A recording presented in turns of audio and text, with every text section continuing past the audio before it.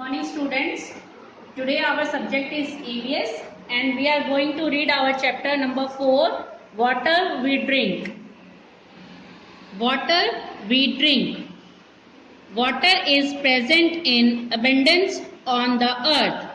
Our earth is also known as the blue planet because 3/4 of its surface is covered with water. We use water for many purposes like bathing, washing and cleaning. Water also helps us in digesting food. We use water for generating electricity and transportation. Plants and animals cannot survive without water. Sources of water.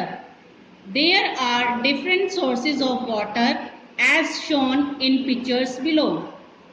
Rain, river, lake, ocean, pond, sea, well, tube well. We also get water from tube wells and wells, which are artificial sources of water. Water supplied by the municipality reaches our homes through pipes. In villages, women walk long distances to collect water from wells and other water sources. Water for everyone. Water is a basic necessity for everyone. In some places, discrimination is done and people belonging to poor families are not allowed to take water from water sources. Such thinking and activities should be stopped. Forms of water. There are 3 forms of water: liquid, water; solid, ice; gas, water vapor. All these forms are interchangeable. For example, in summers, we put water in the ice tray and keep it in the freezer. It freezes to form ice. Ice is hard and solid form of water. The water we drink is liquid. When water is boiled, it changes into steam or water vapor, which is the gaseous form of water.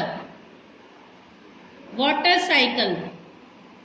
Rain is the main source of water. Rainwater falls into rivers, oceans, lakes and ponds. This water changes into water vapor due to the heat of the sun. This process is called evaporation.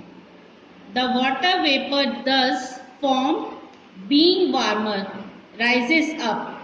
When water vapor goes up in the sky, it comes in contact with the cold air and cools down. On cooling, water vapor forms small droplets of water. This process is called condensation. These drops come closer to each other and form clouds. The water droplets in the sky further increase in size and become heavy. They fall in the form of rain or snow on the earth. This is called precipitation. This rainwater falls back into the water bodies and the cycle starts all over again. This cycle of water changing its form continuously is known as the water cycle. Water pollution.